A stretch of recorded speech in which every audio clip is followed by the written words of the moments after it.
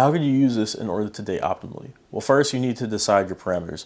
Let's say, for an example, you want to be married by 32, and you would ideally like to have known your spouse for 2 to 3 years plus a year of engagement on top of that. So let's say you'd officially like to be settled down and dating the person you're going to marry by 28, and you start actually dating around age 20. So you have roughly 8 years to figure out who you're going to marry, which, using the 37 rule, leaves you about 3 years to be in the searching phase and then 5 years to be in the selection phase. Now, it's important to understand that all these numbers can be adjusted based on your timeline and where you are in your life. But this is just a rough example to give you an idea. There's also a few requirements that are needed this to work, so you need to keep this in mind. The first one being that there needs to be mutual attraction between you and these partners. And they need to like you as much as you like them. It can't just be a one-way street. You also need to be open and communicate where you are at in your life around this process. Obviously, don't say, hey, I'm in the searching phase, so don't get your hopes up. But if you're serious about dating around with other people, make sure you explain that to them. But it also needs to be understood that all these relationships cannot be casual. There is a completely different dynamic when you've dated someone for a couple of months and a few different dates